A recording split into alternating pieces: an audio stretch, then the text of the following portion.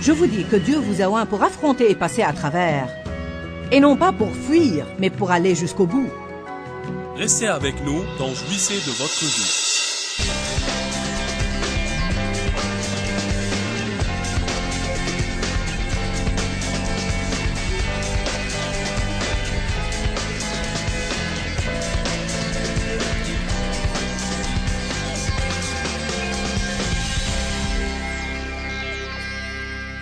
Quand je vais vous parler d'humeur, ne dites pas « Eh bien, je n'y peux rien, tu ne sais pas comment je me sens ». Si tu savais comment je me sens, Joyce, tu n'aurais pas prêché ce message. Tant que quelqu'un fournit cette excuse, nous n'allons jamais nous libérer. Je sais que ce n'est pas facile, je n'ai pas dit que c'était facile, je n'ai pas dit que c'était agréable, j'ai déjà dit que vous allez devoir souffrir, mais que c'était possible, par la force de Dieu, car il nous a donné le pouvoir de marcher sur les serpents et les scorpions, et sur toute la puissance que l'ennemi possède. Nul n'a le droit de me dominer, hormis Dieu, et même lui ne va pas le faire si je ne lui donne pas le feu vert.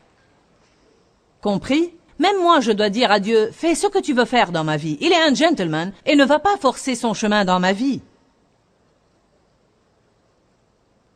Verset 6. Mais Abraham dit à Sarai, voici ta servante est entre tes mains, et en ton pouvoir, agis à son égard comme tu le trouveras bon. Alors Sarai la maltraita, l'humiliant et l'affligeant, et Agar s'enfuit loin d'elle. Verset 7.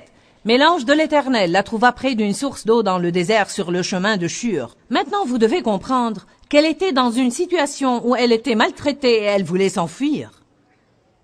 Je vous avais demandé plutôt si quelqu'un ici voulait fuir quelque chose dont il est censé s'occuper en ce moment.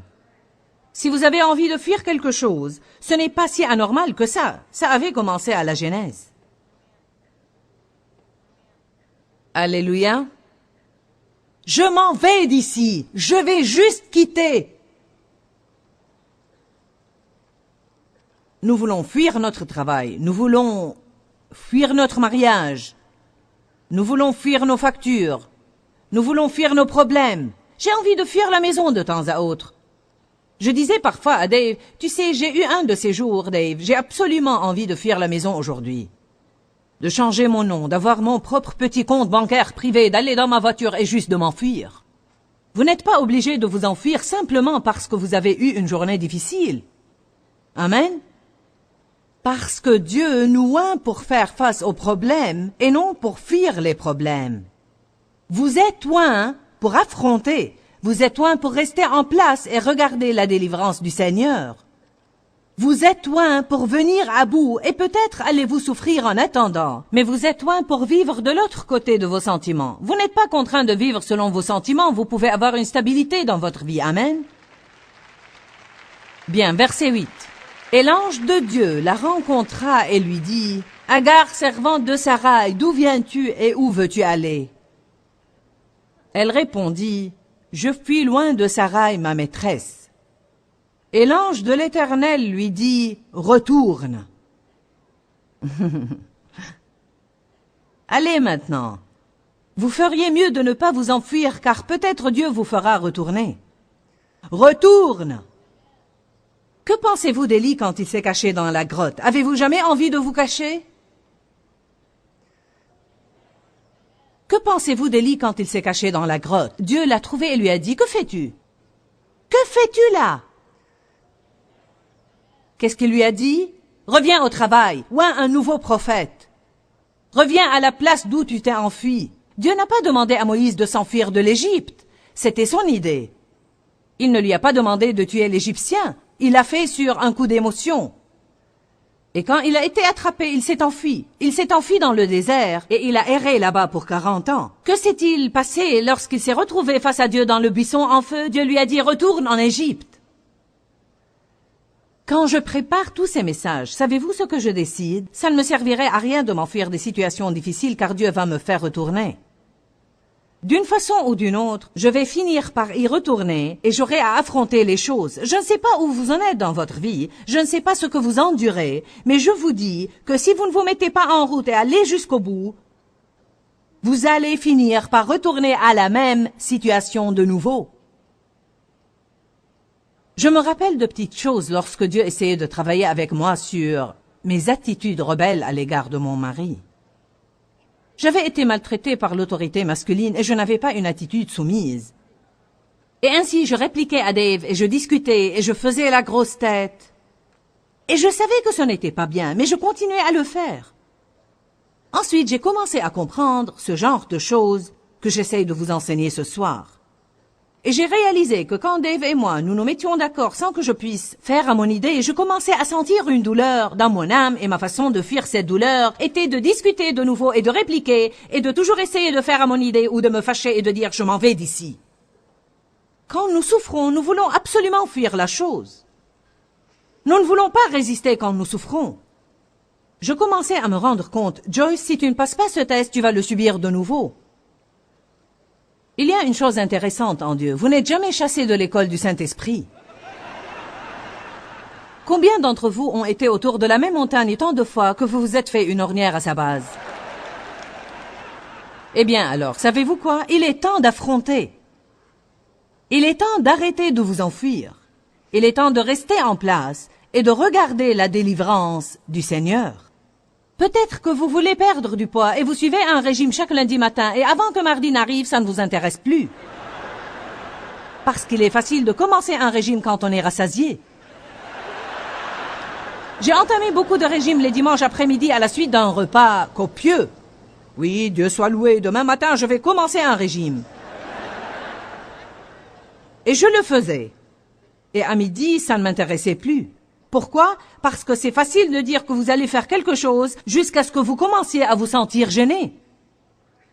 Et dès que vous êtes gêné, vous voulez vous retourner et fuir la chose et revenir là où vous étiez. Notre plus jeune fils a perdu 30 kilos il y a plusieurs années. Et il n'a rien dit, mais j'ai commencé à remarquer qu'il perdait du poids. Et puis j'ai commencé à remarquer qu'il ne mangeait vraiment pas beaucoup. Et je lui ai demandé, « Eh bien, tu n'as pas faim ?» Il a dit, « Je sens que je vais mourir de faim. » Mais sais-tu ce que j'ai compris? Je ne vais pas mourir. Allez maintenant. En fait, que dit votre chair? Je vais mourir, je ne peux pas supporter ça, je vais mourir, je suis vraiment à bout, c'est trop, tu dois me nourrir maintenant. Il s'agit vraiment de supporter la douleur. Nous n'aimons pas faire face à la douleur des choses difficiles. Nous voulons la fuir. Nous voulons simplement la fuir. Je vous dis que Dieu vous a oint pour affronter et passer à travers. Et non pas pour fuir, mais pour aller jusqu'au bout. Avez-vous lu dans Éphésiens 6 la liste de l'armure que Dieu nous donne pour la guerre? Les chaussures de la paix, le casque du salut, la cuirasse de la justice, l'épée de l'esprit. Avez-vous remarqué qu'il n'y avait pas d'armure pour protéger votre dos? Pourquoi? Dieu ne s'attendait jamais à vous voir fuir. Vous êtes censé faire face à l'ennemi et non le fuir.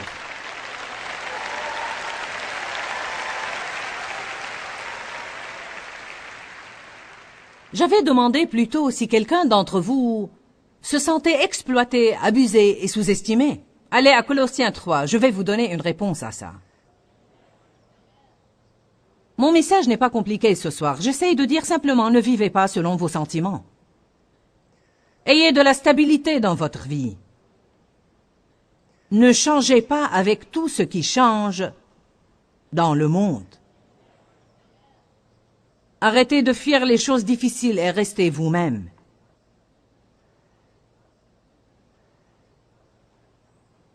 Colossiens 3, verset 23.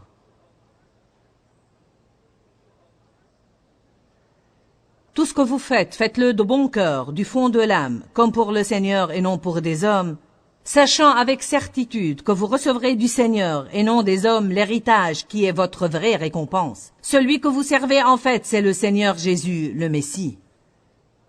Si nous faisons les choses afin d'être appréciés, nous allons être déçus et nous allons vouloir renoncer. Mais si nous les faisons comme pour le Seigneur, sachant enfin que notre récompense viendra de lui, nous resterons stimulés pour faire ce que Dieu nous a appelés à faire. Tout ce que vous faites en ce moment, si vous sentez que personne ne l'apprécie, laissez-moi vous dire que Dieu l'apprécie et que Dieu vous voit.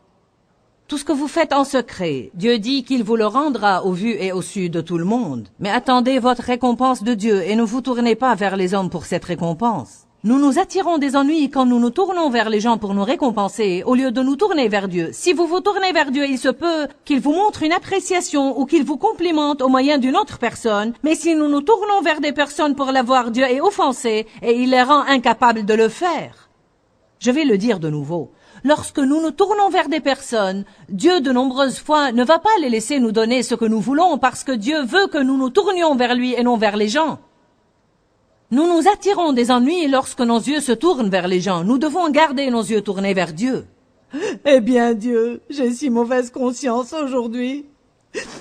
Je suis de mauvaise humeur, Dieu. Je sens comme si personne ne m'appréciait. Je suis fatiguée de faire des choses pour les autres sans que personne ne me dise jamais merci. Je vais te dire, Dieu, j'en ai marre. Je suis vraiment à bout. Et je ne voudrais plus le faire. Si personne ne va me traiter bien, je ne voudrais plus le faire. Ça a l'air familier pour quelqu'un? Je ne peux nullement continuer comme ça, Dieu. Je laisse tomber et je renonce. Combien de fois avez-vous laissé tomber dans votre vie? Combien de fois avez-vous renoncé dans votre vie? Combien de fois avez-vous jeté l'éponge? Amen? Non, non, non, non, non, non, non. Il est temps de devenir adulte. Vous avez envie de laisser tomber? Dieu ne va pas vous le permettre. Ha, ha, ha. Galates 6.9 dit, ne vous lassez pas de faire le bien, car nous moissonnerons au temps convenable si nous ne relâchons pas. Et la peur? Est-ce que quelqu'un a peur? Oh, j'ai peur. Je ne peux pas le faire, j'ai peur. Savez-vous quelle est la réponse de Dieu à ça?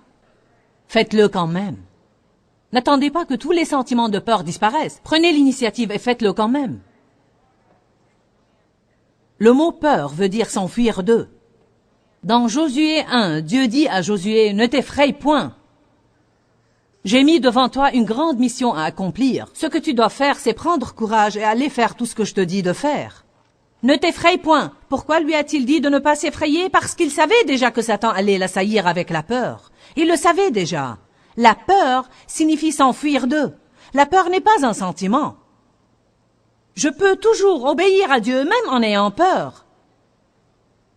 Vous m'avez entendu raconter l'histoire de la femme qui était restée dans sa maison pour des années et ne sortait jamais. Elle se lamentait à son amie de cette prison où elle a vécu si longtemps. J'ai peur de conduire, j'ai peur du noir, j'ai peur des gens, j'ai peur, j'ai peur, j'ai peur, j'ai peur, j'ai peur, j'ai peur. Elle demandait à son amie le conseil et la sagesse, et son amie la regardait et disait « Fais-le quand même ». C'était une véritable révélation pour moi, et c'est une autre façon de parler de ce dont je parle à propos de vivre loin de la peur. Qui a dit que vous ne pouvez pas faire une chose seulement parce que vous avez peur? Vous n'êtes pas obligé d'attendre que les sentiments disparaissent. Vous auriez dû me voir la première fois où j'ai essayé de prêcher devant un public assez grand. J'avais si peur, j'ai ouvert la bouche et rien n'est sorti. C'est difficile à croire, n'est-ce pas?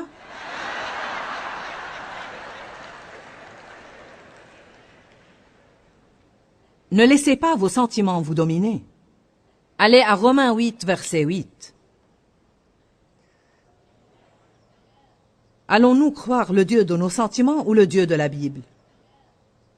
Romains 8, verset 8 dit « Or ceux qui vivent la vie de la chair, la Bible amplifiée dit, servant les appétits et les impulsions de leur nature charnelle. » C'est quoi une impulsion de la nature charnelle? Un sentiment. Eh bien, je devais nettoyer la maison aujourd'hui, mais vraiment, je n'en ai pas envie. J'ai envie d'aller faire du shopping. Ouh, bon sang, ma chère, ouh! Avez-vous jamais marché le long des magasins? Saviez-vous qu'il y a des démons dans les centres commerciaux? Le saviez-vous? Est-ce que quelqu'un de vous a jamais rencontré un de ces démons? Vous sortez pour acheter une petite chose dont vous avez besoin, et chaque magasin a un démon.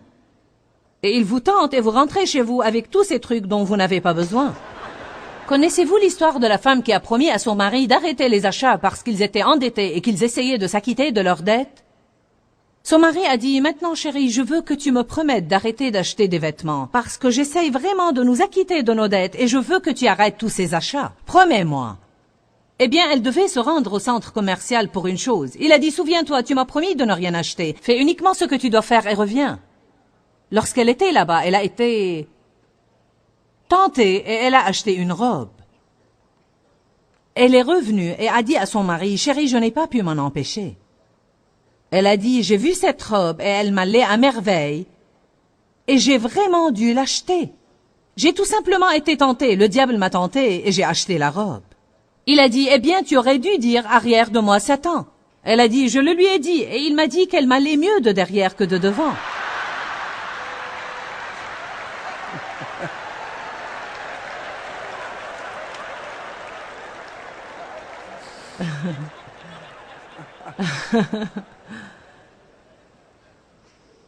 Un de ces démons des magasins l'a eu. Vous marchez vers le centre et vous voyez du coin de l'œil une grande pancarte rouge. Et vous savez que le rouge veut dire solde là-bas dans le centre. Qui peut résister à 75% de remise? Ouh! Parfois, Dave et moi faisons du shopping. Je vois une chose et... ouh! Il dit, j'entends ta chère, nous allons quitter cette place. Ma chère ne s'excite pas de rester à la maison et de nettoyer. Mais ma chère pourrait s'exciter de faire du shopping et d'aller au Starbucks et d'avoir un café et de se faire un massage. Ouh, ouh, ouh, ouh. Allez maintenant. Mais si je sers et pourvois à mes sentiments tout le temps, cela ne veut pas dire que vous ne pouvez jamais faire ce dont vous avez envie. Mais les gens qui font ce dont ils ont envie tout le temps vont avoir une vie destructive. Nous ne devons pas laisser nos sentiments nous dominer. Tenons les choses en main. Dieu nous a donné une autorité et le pouvoir de marcher sur ces esprits qui essayent de nous dominer. Maintenant, je vais vous parler, pour une minute, de quelque chose que je crois important. Et dans quelques minutes, nous allons avoir un appel à l'hôtel et vous pourrez quitter. Certaines personnes ont formé une dépendance à l'excitation émotionnelle. Elles ne savent vraiment pas comment vivre la vie ordinaire de tous les jours. Elles pensent qu'il y a quelque chose qui ne va pas si une chose excitante ne se passe pas tout le temps. Et si rien d'excitant ne se passe dans leur vie, elles deviennent de mauvaise humeur. Elles ne savent pas comment se lever et aller au travail et conduire dans l'embouteillage. Et faire le travail, et rentrer à la maison, et conduire dans l'embouteillage, et sortir les poubelles, et préparer le repas, et laver la vaisselle, et tondre le gazon, et faire la vidange, et se lever, et aller au travail, et faire les mêmes choses de nouveau. Elles ne savent pas comment le faire. Elles veulent vivre dans des euphories émotionnelles tout le temps. Elles cherchent toujours des choses importantes et excitantes. Ouh! Je crois qu'avant de pouvoir être stable, et avant de pouvoir être vraiment heureux, vous devez comprendre une chose.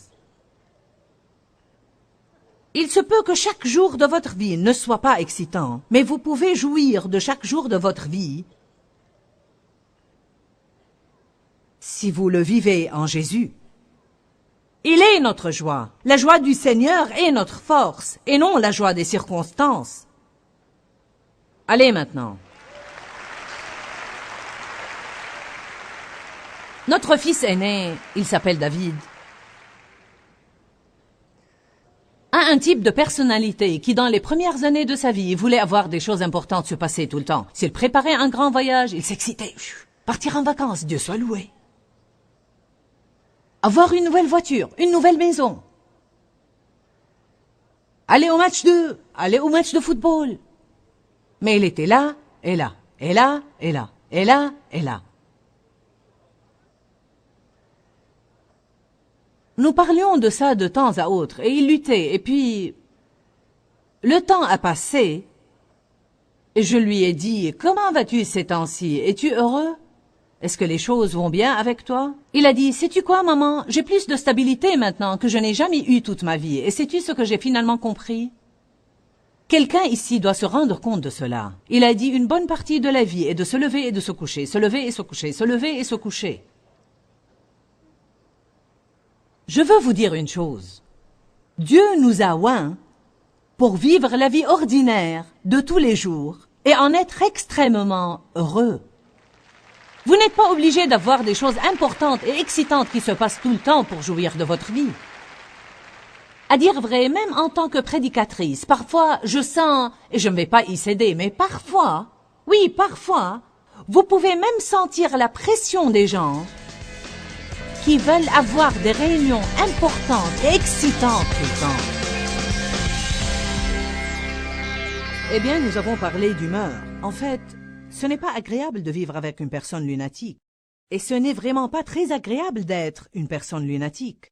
J'étais une personne qui n'avait pas le moral et qui manquait de détermination. Et je ne savais jamais, lorsque je me couchais, comment j'allais être le lendemain. Je peux vous dire qu'exercer le fruit de la maîtrise de soi dans votre vie avec de bonnes fortes doses de la parole de Dieu peuvent vous amener à un point de stabilité. Ne vivez pas selon vos sentiments. Ayez une stabilité dans votre vie. Ne changez pas avec le monde, mais changez le monde. Arrêtez de fuir les choses difficiles et rendez-vous compte que vous pouvez faire tout ce que vous devez faire. Je suis en train de parler à quelqu'un en ce moment. Écoute-moi bien. Tu peux faire tout ce que tu dois faire en ce moment même. Tu peux le faire. Dieu va t'aider. Il dit, ne crains point. Je ne te délaisserai point et je ne t'abandonnerai point, mais je serai toujours avec toi. Je veux que tu le crois. Je le répète. Quelqu'un qui nous regarde a vraiment besoin de recevoir cela. Tu peux faire quoi que soit ce que tu es supposé faire. Celui qui est en toi est plus grand que celui qui est dans le monde. Dieu est ta force. Il est la force de ta vie et il va t'aider à faire tout ce que tu dois faire. Ne crains point. Ne laisse pas le diable assailler ton esprit et te convaincre que tu ne le peux pas. Crois que tu le peux. Dis-leur que je les aime. Dans ce livret, Joyce Meyer donne une révélation de l'amour de Dieu pour nous. Pour obtenir ce livret gratuitement, écrivez-nous à Joyce Meyer, boîte postale 40095-6300, Larnaca, Chypre. Ou bien visitez notre site web www.joycemeyer.org/fr.